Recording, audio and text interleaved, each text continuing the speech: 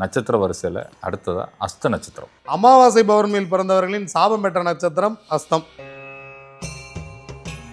அஸ்த நட்சத்திரத்தில் நிற்கக்கூடாத கிரகம் அப்படின்னு நம்ம பார்க்கறது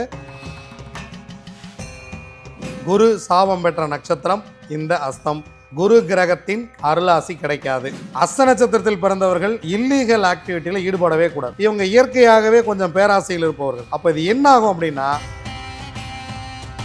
அதே போல அஸ்தம் நட்சத்திரத்தில் பிறந்தவர்கள் புனர்பூசம் விசாகம் போராட்டாதியில் பிறந்தவர்களை திருமணம் செய்து கொள்வது சிறப்பில்லை. குறிப்பாக இந்த சந்திரன் நட்சத்திரம் உணவில் மிக மிக மிக கவனம் தேவை. யாருக்கெல்லாம் ஒரு வயதிற்கு மேல் உணவு மறுக்கப்படுகிறதோ அவர்கள் அனைவருமே உணவை மதிக்காதவர்கள். அஸ்தம் நட்சத்திரத்தில் பிறந்தவர்கள் கட்டாயம் எப்பேற்பட்ட கோடீஸ்வரனாருங்க, யாராக வேண்டுமானாலும் இருங்கள், உங்க பொண்ணோ உங்க பையனோ உங்களை தாங்கி பிடிப்பதை போலத்தான் உங்கள் வாழ்க்கை இருக்கும். அது சந்தோஷமா இருக்கணும்னா, ஆனால் இந்த அஸ்த ஆசையை தூண்டி விட்டு போய் இதுக்காக அதை செஞ்சா என்னன்னு மிகப்பெரிய சிக்கலில் மாட்டி வாழ்க்கையை திரும்பி பார்த்தாங்கன்னு வச்சுங்களேன், ஒன்றுமே இருக்காது சார். என் குழந்தைகள் எனக்கு ஆதரவாக இருக்க வேண்டும், என் தாய் தந்தையர் ஆதரவாக இருக்க வேண்டும். ஆனால் இந்த அஸ்த நட்சத்திரத்திற்கு இவர்கள் யாருமே ஆதரவாக இருக்க மாட்டார்கள். குருவும் சந்திரனும் அஸ்தத்தில் நிற்கக்கூடாதுன்னு சொல்கிறோம். இந்த கோயிலுக்கு போனால் குரு தோஷமும் நீங்கும், சந்திர தோஷம் நீங்கும். குரு சந்திரன் சேர்ந்திருந்தாலும் சுகமே சொல்க சாமி, சுகமே சொல்க சாமி. நட்சத்திர வரிசையில் அடுத்ததா அஸ்த நட்சத்திரம். அஸ்த நட்சத்திரம். அஸ்த நட்சத்திரம் கன்னிராசியில் இருக்குது சாமி. புதனோட வீட்டில் இருக்கக்கூடிய ஒரே சந்திரனின் நட்சத்திரம் அப்படின்னா அது அஸ்தம் மட்டும்தான். இந்த அஸ்த நட்சத்திரக்காரங்களுடைய ப்ளஸ் என்ன மைனஸ் என்ன அப்படிங்கிறத நம்ம பார்த்துடலாம். எதெல்லாம் இவங்களுடைய நல்ல குணம், எதெல்லாம் இவர்கள் சரி செய்து கொள்ள வேண்டிய குணம் அப்படிங்கிறத நம்ம பார்த்துடலாம். அஸ்தம் முதல்ல சந்திரனின் நட்சத்திரம் அப்படிங்கிறத நம்ம பார்க்குறோம். ரோகிணி அஸ்தம் திருவோணம் சந்திரன் நட்சத்திரம். அதில் அஸ்த நட்சத்திரம் சந்திரனின் நட்சத்திரம். அஸ்த நட்சத்திரம் ஏற்கனவே நம்ம பல வீடியோவில் பார்த்துருக்கோம். கடுமையான கர்ம நட்சத்திரம் அப்படிங்கிறத பார்க்குறோம். ஏன்னா அஸ்த நட்சத்திரத்தில் பிறந்தவர்கள் வீட்டில் நிச்சயமாக அமாவாசை பௌர்ணமியில் பிறந்தவர்கள் யாராவது இருப்பாங்க. கண்டிப்பாக அஸ்த நட்சத்திரம்னு வந்துட்டாலே அவங்க வீட்டில் அமாவாசை பௌர்ணமியில் பிறந்தவங்க யாராவது இருப்பாங்க. அமாவாசை பௌர்ணமியில் பிறந்தவர்களின் சாபம் பெற்ற நட்சத்திரம் அஸ்தம். அமாவாசை பௌர்ணமியில் பிறந்தவங்ககிட்ட இவங்க முன்னோர்கள் ஏதேனும் சாபம் பெற்றிருப்பார்கள் அப்படிங்கிறது விஷயம். அஸ்த நட்சத்திரத்தில் நிற்கக்கூடாத கிரகம் அப்படின்னு நம்ம பார்க்குறது முதல்ல சந்திரன். அதான் அஸ்த நட்சத்திரமே. குரு அங்கே நிற்கக்கூடாது. ஏன்னா அது குரு சாபம் பெற்ற நட்சத்திரம். நீங்கள் அந்த அஸ்த நட்சத்திரத்தில் பிறந்தவங்க பாருங்கள், குரு சாபத்தை வாங்கிக்கிட்டே இருப்பாங்க. இவங்களுக்கு குருவாக வர்றவங்க, ஆசிரியராக வர்றவங்க, இல்லை இவங்களுக்கு மேலதிகாரியாக வர்றவங்க, இல்லை முதலாளியாக இருக்கிறவங்க, இவர்களிடம் ஏதேனும் சாபம் பெற்றுக்கொண்டே இருப்பது அப்படிங்கிறது அஸ்த நட்சத்திரம். எப்படின்னா, இவங்க ஒரு கம்பெனியில் வேலை பார்க்குறாங்கன்னு வச்சுங்க, இவங்க முதலாளியை காலி பண்ணுறதுக்கான விஷயத்தை இவங்களே செய்வாங்க, இவங்களும் காலி ஆயிடுவாங்க. இது தெரியாமல் நடந்துக்கிறதா அஸ்தமே. குரு சாபம் பெற்ற நட்சத்திரம் இந்த அஸ்தம். குரு கிரகத்தின் அருளாசி கிடைக்காது. இதுக்கு 2 காரணம் இருக்குது. ஏன்னா அது குரு சாபம் பெற்ற நட்சத்திரம்ங்கிறது ஒன்று. 22ஆம் நட்சத்திரம் புனர்பூசம். அஸ்தத்துக்கு வைநாசிக நட்சத்திரம், 22ஆம் நட்சத்திரம் புனர்பூசம், குருவாகவே வந்துடுறார். அப்போ கன்னிராசிக்கு 4ஆம் பாகம் 7ஆம் பாகம் யாருங்க? குரு. 4ஆம் பாகம்ங்கிறது சுகம், 7ஆம் பாகமும் பார்ட்னர்ஷிப்பு மனைவி, 4ஆம் பாகம் தாயார். இந்த தாயாருக்கும் மனைவிக்கும் இடையில் சிக்கிக்கொள்வது இது அஸ்தத்துக்கு ரொம்ப ரொம்ப முக்கியமான விஷயம். ஏன்னா கன்னிராசியில் இருக்குது. அஸ்த நட்சத்திரத்தில் பிறந்தவர்கள் இல்லீகல் ஆக்டிவிட்டியில் ஈடுபடவே கூடாது. தனக்கு தேவையில்லாத எந்த விஷயத்துலையும் போய் மூக்க நுழைக்கக்கூடாது. இந்த 2ஆம் நம்பர் விஷயங்கள், பணம் நிறையா கொட்டுது, நம்ம 1 ரூபா கொடுத்தா 10 ரூபா கொடுக்குறாங்க, 1 ரூபா கொடுத்தா 100 ரூபா கொடுக்குறாங்க, லட்ச ரூபா கொடுத்தா இல்லை இதில் போய் அதில் போய் இதில் போய் அதில் போய். இந்த சந்திரன் தான் சாமி ஆசையை தூண்டுறவர். சந்திரன் நட்சத்திரத்திற்கு ரொம்ப ஆசை அதிகம். இவங்க என்ன பண்ணுவாங்க, இந்த எம்எல்எம் பண்ணுறவங்க, இல்லை இந்த பணத்தால் மோசடி செய்பவர்கள், முதலில் ஏமாறக்கூடியவர்கள் சந்திரனின் நட்சத்திரத்துக்காரர்களே. அதனால் இவங்க அங்கே தான் ரொம்ப கவனமாக இருக்கணும். இந்த சதுரங்க வேட்டையில் கூட ஒரு வார்த்தை ஒன்று வரும். ஒருத்தனை ஏமாத்தணும்னு முடிவு பண்ணிட்டோம்னா அவனோட ஆசையை தூண்டணும் அப்படின்னு ஒரு வார்த்தை ஒன்று வரும். அவன்கிட்ட கருணை எதிர்பார்க்கக்கூடாது, அவனுடைய ஆசையை தூண்டணும். இவங்க இயற்கையாகவே கொஞ்சம் பேராசையில் இருப்பவர்கள். அப்போ இது என்ன ஆகும் அப்படின்னா, டக்குன்னு போய் விழுந்துருவாங்க. அந்த இடத்துல போய் விழுந்துட்டு என்னோடய பணம் அவ்வளோ போயிடுச்சு இவ்வளோ போயிடுச்சு அப்படின்னு சொல்லி நிற்கிறது இந்த அஸ்தம நட்சத்திரத்துக்கு உண்டான விஷயம். அதே போல் குருவுக்கு என்ன மரியாதை கொடுக்க வேண்டுமோ அந்த மரியாதையை கொடுத்து விட வேண்டும்.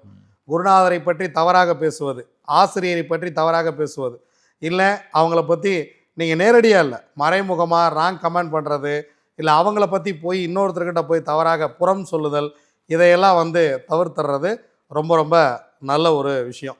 இதை தவிர்த்துட்டாலே இவங்க வந்து வாழ்க்கையில் மேலே வந்துடுவாங்க. அதே போல் அஸ்தம் நட்சத்திரத்தில் பிறந்தவர்கள் புனர்பூசம், விசாகம், பூரட்டாதியில் பிறந்தவர்களை திருமணம் செய்து கொள்வது சிறப்பில்லை. குறிப்பாக புனர்பூசம் நட்சத்திரக்காரர்களை இவர்கள் திருமணம் செய்து கொள்வதோ, புனர்பூச நட்சத்திரத்துக்காரங்களோட பார்ட்னர்ஷிப்பில் இருக்கிறதோ, அல்லது புனர்பூசத்தோடு இந்த கொடுக்கல் வாங்கலில் ஈடுபடுவதோ இல்லாமல் இருப்பது மிக மிக சிறப்பான விஷயம். அது ரொம்ப ரொம்ப கவனமாக இருக்கணும். இந்த சந்திரன் நட்சத்திரம் உணவில் மிக மிக கவனமாக இருக்க வேண்டும். இவங்க எப்படின்னா, சாப்பிட உட்காரும் பொழுது 2 இட்லி சாப்பிட்லான்னு உட்காருவாங்க, சாப்பிட்டு எந்திரிக்கும் போது 7 இட்லி சாப்பிட்ருப்பாங்க. இது உள்ளே போய் ஜீரண பிரச்சனை ஏற்படுத்தும். அதான் 22ஆம் நட்சத்திரமாக நம்ம பார்க்குறோம். இந்த அஸ்த நட்சத்திரத்தில் பிறந்தவர்களுக்கு ஜீரண சம்பந்தப்பட்ட பிரச்சனை வந்தே தீரும். உணவு குலையில் போய் பிரச்சனை வர்றது, ஜீரணத்தில் பிரச்சனை வர்றது, நெஞ்சு எரிச்சல், சாப்பிட்றத ஒத்துக்காமல் போயிடுறது, எதுக்கழிச்சு வருதுன்னு சொல்லுவோம் இல்லையா, நெஞ்சு எரிச்சல் வர்றது, உணவு சரியாக ஜீரணமாகாமல் போகிறது இந்த அஸ்த நட்சத்திரம்.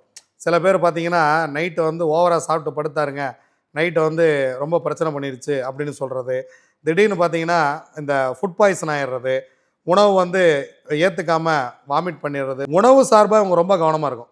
உங்களுக்கு என்ன சாப்பிட்டா உடம்பு ஒத்துக்குமோ அதை மட்டும் நீங்கள் சாப்பிட்டா போதும். இந்த ஆசைக்கு சாப்பிட்றது, இந்த பஃபே சிஸ்டத்தில் பார்த்தீங்கன்னா ஒரு 10-15 ஐட்டம் வச்சுருப்பாங்க. ஆசை இருக்கும், அதை சாப்பிட்லாம் இதை சாப்பிட்லான்னு ரொம்ப ஆசை மனசுக்குள்ளே அதிகமாக இருக்கும். நம்ம வயிறு என்ன பண்ணோம், 2 தோசை ஏற்றுக்கும்னா 2 தோசை சாப்பிட்ணும், அவ்வளோதான். இல்லையா, இதில் கொஞ்சம் அதில் கொஞ்சம் சாப்பிட முடியுமா, சாப்பிட்டு வந்துடணும். ஆனால் இவங்க என்ன பண்ணுவாங்கன்னா, எந்த ஒரு விஷயத்தையும் ஆரம்பிக்கும் போது, இந்த ஒரு காமெடி கூட ஒன்று வரும், உங்ககிட்ட ஓப்பனிங்லாம் நல்லா தாப்பா இருக்குது ஆனால் ஃபினிஷிங் சரியில்லை அப்படிம்பாங்க. அந்த மாதிரி இவங்ககிட்ட ஓப்பனிங்லாம் நல்லா இருக்கும் ஆனால் ஃபினிஷிங் சரியாக இருக்காது, ஃபினிஷிங் பண்ண தெரியாது. அதான் விஷயம். ஓப்பனிங் ஆரம்பிக்கும் போது ரொம்ப கட்டுப்பாடோடு ஆரம்பிப்பாங்க. நம்ம வந்து தொழில் எவ்வளோ நல்லா பண்ணணும், இந்த இடத்த போய் நம்ம எவ்வளோ நல்லா இருக்கோம். ஆரம்பம் ரொம்ப சூப்பராக இருக்கும் சாமி. முதல்ல அவங்க வேலைக்கு சேர்ந்த முதல் மாதம் பார்த்தீங்கன்னு வச்சுங்க, ஆஹா ஓஹோன்னு அமுழுதுமொழி பண்ணிடுவாங்க. 2வது மாதம், 3ஆம் மாதம், 4ஆம் மாதம் போக போக கழுதை தேய்ந்து கட்டெரும்பான கதையாக அப்படியே கொஞ்சம் கொஞ்சமாக தன்னுடைய செயல்பாட்டை குறைத்து கொள்வார்கள். ஒரு காலத்தில் வேலை செய்யும் இடத்தில் இவர்களுக்கும் நிறைய பிரச்சனைகள் வரும். இதுதான் அஸ்தம் நட்சத்திரம். குறிப்பாக உணவில் மிக மிக மிக கவனம் தேவை. சாப்பிடும் பொழுது மனதுக்கு சாப்பிடக்கூடாது, மனதுக்கு சாப்பிடவே கூடாது. இந்த நாக்கு எல்லாத்தையும் ஆசைப்படும். கொஞ்சம் அல்வா சாப்பிடுவோம், கொஞ்சம் கேசரி சாப்பிடுவோம், 2 இட்லி சாப்பிடுவோம், பொடி தோசை நல்லா இருக்கேன் அதில் கொஞ்சம் சாப்பிடுவோம், இதில் கொஞ்சம் சாப்பிடுவோம், அப்படிலாம் இருக்கக்கூடாது. உங்களுக்கு என்ன சாப்பிட்டா வயிறு ஏற்றுக்குமோ அதை சாப்பிட்ணும். நேரம் தவறாமை மிக மிக முக்கியமானது. இவர்கள் எல்லா விதத்திலும் நேரத்தை கடைபிடிக்க மாட்டார்கள். காலைல 8 மணிக்கு வரேன்னா 9:30 தான் வருவாங்க. இவங்க சொன்ன டயத்துக்கு வரவே மாட்டாங்க. 8 மணிக்கு வரேன்னா 8 மணிக்கு வந்துடணும். இதை இத்தனை மணிக்கு ஆரம்பிக்கிறேன்னா அத்தனை மணிக்கு ஆரம்பிச்சிடணும். காலைல 9 மணிக்குனா 9 மணிக்கு சாப்பிட்றணும். மதியானம் 1 மணினா 1 மணிக்கு சாப்பிட்றணும். சாயந்தரம் 8 மணினா 8 மணிக்கு இரவு உணவு முடிச்சுக்கணும். இந்த 10 மணிக்கு சாப்பிட்றது, மதிய உணவை 4 மணிக்கு சாப்பிட்றது, இரவு உணவை நைட்டு 10 மணிக்கு 11 மணிக்கு சாப்பிட்றது, இந்த மாதிரி நேரம் கடந்து சாப்பிட்றதுனால இவங்க நிறைய பிரச்சனைகளை மேற்கொள்கிறார்கள். நிறைய பிரச்சனை வருது உணவு சம்மந்தப்பட்ட விஷயங்கள். அதே போல் சாப்பிடும் பொழுது சண்டை போடக்கூடாது. இந்த அஸ்த நட்சத்திரக்காரங்க சாப்பிட உக்காந்தாங்கன்னா சண்டை வரும். குடும்பத்தோடு உட்காடுறாங்கன்னு வச்சுங்களேன், அங்கே தான் போய் தேவையில்லாத விஷயத்தை பற்றி பேசுறது, அங்கே தான் போய் மனைவியோட வீட்டுக்காரங்களாம் இழுக்கிறது. உங்கள் அண்ணனை பற்றி எனக்கு தெரியாதா, உங்கள் அப்பனை பற்றி எனக்கு தெரியாதா, இந்த அஸ்த நட்சத்திரத்தில் பிறந்த பெண்கள் உங்கள் அம்மா நேற்று என்ன சொன்னாங்கன்னு உனக்கு தெரியுமா, அந்தாலே அப்போ தான் அலைஞ்சு தெரிஞ்சு சாப்பிட வந்திருப்பார். உணவு சாப்பிடும் இடத்தில் நீங்கள் நிச்சயம் சண்டை போடக்கூடாது. நிறைய அஸ்தம் நட்சத்திரத்தில் இருக்கக்கூடிய வீட்டில் உணவு சாப்பிடும் பொழுது சண்டை வருகிறது, அதை நான் பார்க்கிறேன். உணவுக்குண்டான மரியாதையை நீங்கள் கொடுத்துடணும். கொடுக்கலன்னா கடைசி காலத்தில் சொக்க உணவு இல்லாமல் பண்ணிடுறான். டாக்டர் சொல்லுவார், இதுக்கு மேலே நீங்கள் வந்து சாப்பிட முடியாதுங்க, நீங்கள் வந்து இனிமேல் வந்து லிக்விட் ஃபுட் தான் எடுத்துக்கணும், கேப்பக்கூழ், கம்மங்கூழ், கஞ்சி இதான் குடிக்கணும் அப்படின்னு. யாருக்கெல்லாம் ஒரு வயதிற்கு மேல் உணவு மறுக்கப்படுகிறதோ அவர்கள் அனைவருமே உணவை மதிக்காதவர்கள். நமக்கெல்லாம் சாப்பாடு வீட்டில் செஞ்சு வச்சுட்டு கூப்பிட்டா தாங்க போவேன். உணவு யாருக்காகவும் காத்திருக்கக்கூடாது, நாம் தான் உணவுக்காக காத்திருக்க வேண்டும். நமக்காக உணவு ஒரு நாளும் காத்திருக்கவே கூடாது. இது எல்லோருக்கும் பொதுவானதாக இருந்தாலும் அஸ்த நட்சத்திரத்திற்கு மிக மிக கவனமாக இருக்க வேண்டிய விஷயம் இது. சாப்பாட்டை அலட்சியப்படுத்துறது, தட்டை தூக்கி வீசுறது.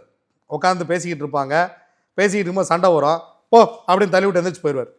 நீங்கள் அங்கே நிராகரிப்பது உங்கள் உறவுகளை அல்ல, உணவை. சாப்பிடாம எத்தனை நாளைக்கு வாழ்ந்துருவீங்க? சாப்பாடு தானே சாமி எல்லாமே, கஷ்டம் தான். சாப்பாடு தானே எல்லாமே. ஆமாம். எதுக்காக உழைக்கிறோம், எதுக்காக ஓடுறோம்? எல்லாமே நமக்கும் நம் குடும்பத்துக்கும் உணவுக்கு தானே. நிச்சயமா. 3 வேளை உணவுக்கு தானே சாமி இந்த ஓட்டம் ஓடுறோம். அதிகபட்சம் ஒரு மனுஷன் என்ன வாழ்ந்துருவான்? 3 வேளை சாப்பிட்றோம், ஒரு வீடு, போட்டுக்க துணிமணி, இது இருந்தால் போதும்ல. இது இருந்தாலே மகிழ்ச்சியான வாழ்க்கை தான். நிச்சயமா. அப்போது 2000 கோடி 5000 கோடி சொத்து இருக்குது, டெய்லி 3 வேளையும் நான் கஞ்சி தான் குடிக்கிறேன் அப்படின்னா அந்த வாழ்க்கை மகிழ்ச்சியான வாழ்க்கையா? இல்லை. கிருபானந்த வாரியார் தான் சொல்லுவார். ஒரு பெரும் பணக்காரர் டாக்டர் சொல்லிட்டார் நீங்கள் கேப்ப கஞ்சி தான் குடிக்கணும்னு. ஆனால் தோட்டத்தில் வேலை செய்யலாம் பாருங்க, அவன் அப்படியே 2 இட்லியை சாம்பாரில் மிதக்க விட்டு சாப்பிட்டுட்டு இருக்கிறான். அதை கிருபானந்த வாரியார் சொல்லும்போது ரொம்ப அழகாக இருக்கும். அப்படியே முள்ளங்கி சாம்பார் வச்சு அதில் அப்படியே முந்திரி பருப்பை வறுத்து கொட்டி அப்படியே 2 இட்லியை போட்டு அப்படியே சாம்பாரில் மிதக்க விட்டு அவன் சாப்பிட்றத இவர் ஏக்கமாக பார்த்துக்கிட்டு இருப்பார். இவர் 2000 கோடி சொத்துக்காரரு, அவன் தோட்ட வேலை செய்கிறவன். ஆனால் அப்படி சுட சுட ஆவி பறக்க இட்லியில் அப்படியே சாம்பாரை ஊற்றி கமகமன்னு அவன் சாப்பிட்டுக்கிட்டு இருக்கிறத வேடிக்கை பார்ப்பது ஒரு நாள் இறைவன் அந்த இடத்துக்கு உங்களை கொண்டு வந்துடுவான். அதனால் உணவுக்கு உண்டான மரியாதையை கண்டிப்பாக கொடுத்தே தீர வேண்டும்.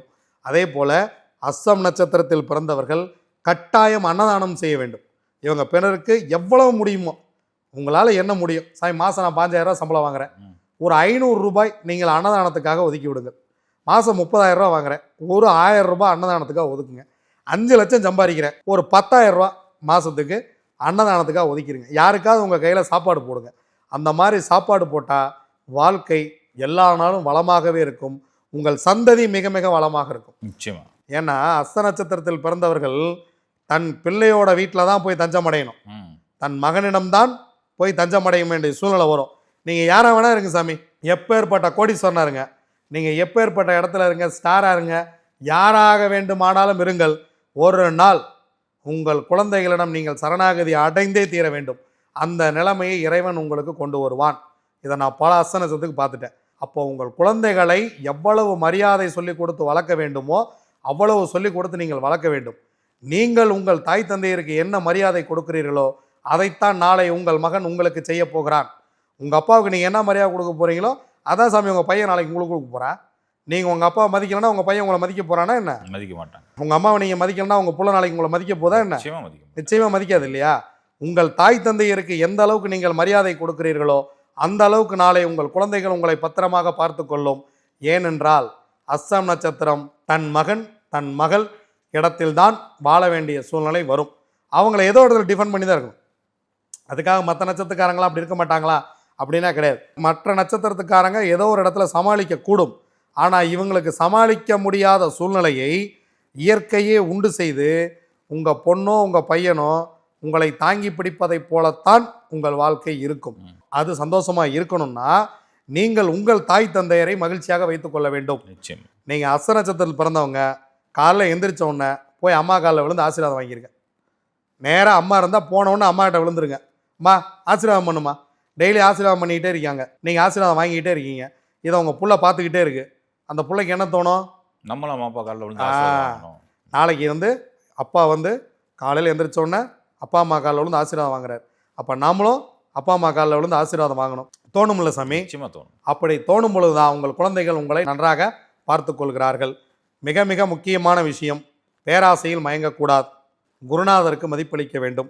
இவங்களுக்கு இருக்கிற மிகப்பெரிய நல்ல குணம் என்ன தெரியுங்களா? எதையும் எளிதாக புரிந்து கொள்வது.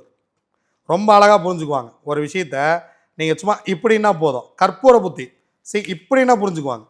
அதை புரிந்து கொண்டு செயல்படுதல் இவர்களுடைய மிகப்பெரிய ப்ளஸ். எப்பேற்பட்ட காரியத்தையும் இவர்களை நம்பி ஒப்படைக்கலாம், செய்து முடித்து விடுவார்கள். அது ரொம்ப ரொம்ப ப்ளஸ்ஸு. செஞ்சு முடிச்சுட்டு நான் ஏன் உனக்கு செய்யணும், நான் எனக்கே செஞ்சுக்கலாம்ல அப்படிங்கிற ஒரு விஷயம். இப்போ நான் ஒருத்தர்கிட்ட வேலை பார்க்குறேன், அவரை என்னை நம்பி அந்த வேலையை கொடுத்துட்டாரு. ஸோ நான் அவருக்கு 100% அவர் நல்ல லாபத்தை சம்பாரித்து கொடுத்துட்டேன்.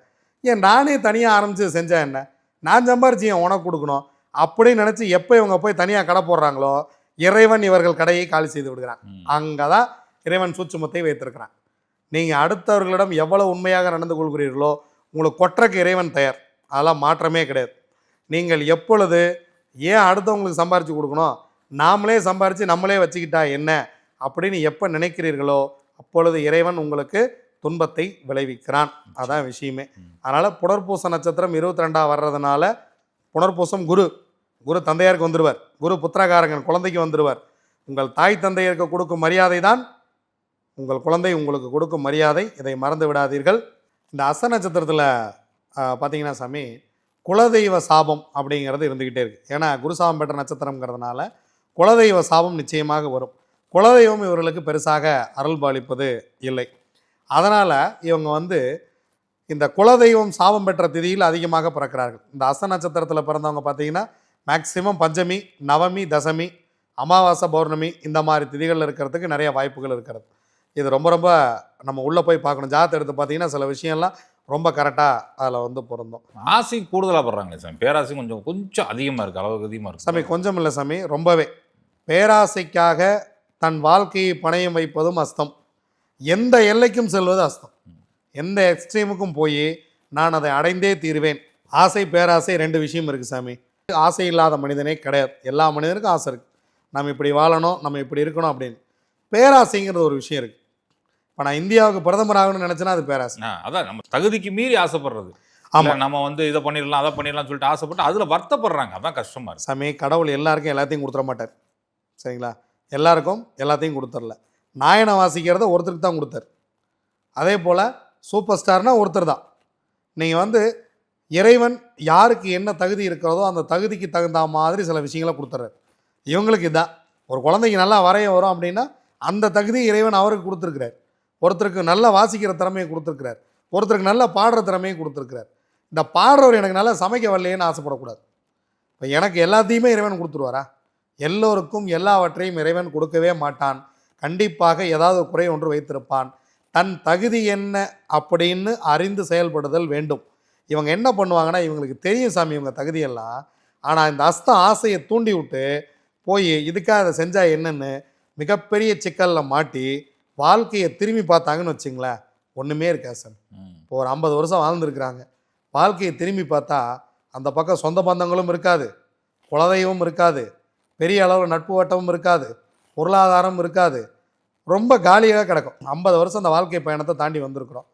இந்த 50 வருஷத்தில் நமக்குன்னு உயிரை கொடுக்கறதுக்கு ஒருத்தனாவது இருக்கணும்ல, ஒரு உயிர் நண்பன் ஒருத்தர் இருக்கணும். நம் மனைவி அல்லது கணவன் ஆதரவாக இருக்க வேண்டும், என் குழந்தைகள் எனக்கு ஆதரவாக இருக்க வேண்டும், என் தாய் தந்தையர் ஆதரவாக இருக்க வேண்டும். ஆனால் இந்த அஸ்த நட்சத்திரத்திற்கு இவர்கள் யாருமே ஆதரவாக இருக்க மாட்டார்கள்.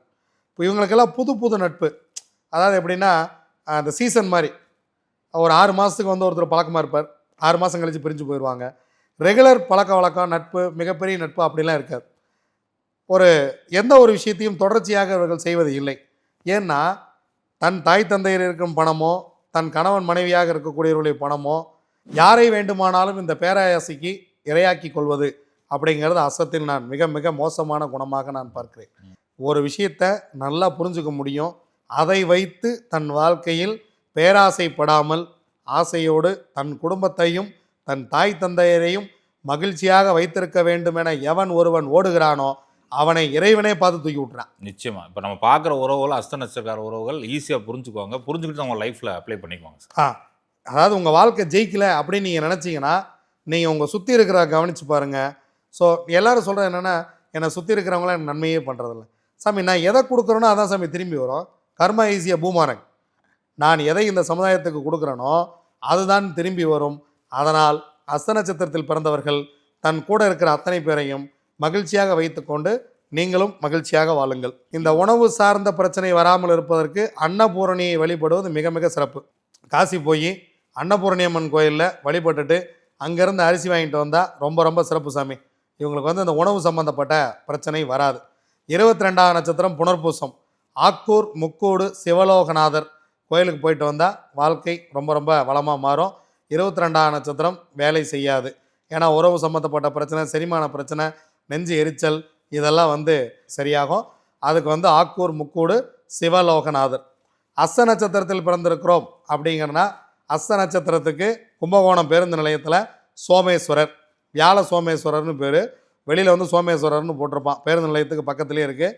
அந்த கோயிலுக்கு உள்ளே போனீங்கன்னா அங்கே வந்து அவங்களே சொல்லுவாங்க கோயில்லையே, குருவும் சந்திரனும் வந்து தன்னுடைய சாபத்தை நிவர்த்தி பெற்றது. நம்ம என்ன சொல்கிறோம், குருவும் சந்திரனும் அஸ்தத்தில் நிற்கக்கூடாதுன்னு சொல்கிறோம். இந்த கோயிலுக்கு போனால் குரு தோஷமும் நீங்கும், சந்திர தோஷம் நீங்கும், குருச்சந்திரன் சேர்ந்திருந்தாலும் தோஷம் நீங்கும். வியாழ சோமேஸ்வரர் கோயிலுக்கு போயிட்டு வருவது ரொம்ப ரொம்ப சிறப்பு. அதே போல் வைகுண்டநாத பெருமாள் இங்கே கோயம்பேட்டில் இருக்கார். வைகுண்ட நாராயண பெருமாளை போய் சாமி கும்பிட்டு வந்தால் மிகப்பெரிய அளவில் ஒரு மாற்றம் இவங்களுக்கு கிடைக்கும். ஐயா, அஸ்த நட்சத்திரத்துக்கான மலர், விலங்கு, பறவை இதுவும் சொல்லுங்கய்யா. அஸ்த நட்சத்திரத்துக்கான மலர் வந்து அள்ளி மலர் சாமி. அள்ளி மலர் கொண்டு போய் சுவாமிக்கு சாற்றி வழிபட்டால் வாழ்க்கை மிக மிக வளமாக மாறும். பறவை வந்து பருந்து. பருந்துடைய ஃபோட்டோ வாங்கி வீட்டில் வச்சுக்கிறது ரொம்ப ரொம்ப சிறப்பு. பார்க்குறது ரொம்ப சிறப்பு. செல்ஃபோனில் ஸ்க்ரீன் சேவராக வச்சுக்கிறது ரொம்ப ரொம்ப சிறப்பு. விலங்குன்னு பார்த்தீங்கன்னா பெண் எருமை. அதனால் எருமைக்கு உணவளிப்பது மிக மிக சிறப்பாக இருக்கும். மரம் அப்படின்னு பார்த்தீங்கன்னா அத்தி மரம். இல்லைன்னா அத்தி மரத்துடைய இலை அல்லது அத்தி பழம் இதை வந்து நீங்கள் எடுத்துக்கிறது, பக்கத்தில் வச்சுக்கிறது, இல்லை உங்கள் பர்ஸில் ஏதாவது ஒரு அத்தி மர இலை வைத்துக்கொள்வது, இதெல்லாம் வந்து அஸ்தத்துக்கு ரொம்ப சிறப்பாக இருக்கும். அதிதேவதை அப்படின்னு பார்த்தீங்கன்னா காயத்ரி தேவி. காயத்ரி ஜெபம் சொல்கிறது ரொம்ப ரொம்ப நல்ல விஷயம். காலைல எந்திரிச்சு காயத்ரி ஜெபம் சொல்கிறது, காயத்ரி மந்திரம் சொல்கிறது ரொம்ப ரொம்ப அருமையாக இருக்கும். காயத்ரி வணங்க வணங்க வாழ்க்கை வந்து ரொம்ப சிறப்பாக இருக்கும். ஏன்னா கன்னிராசியில் இருக்கிறதுனால புதனுடைய ராசி.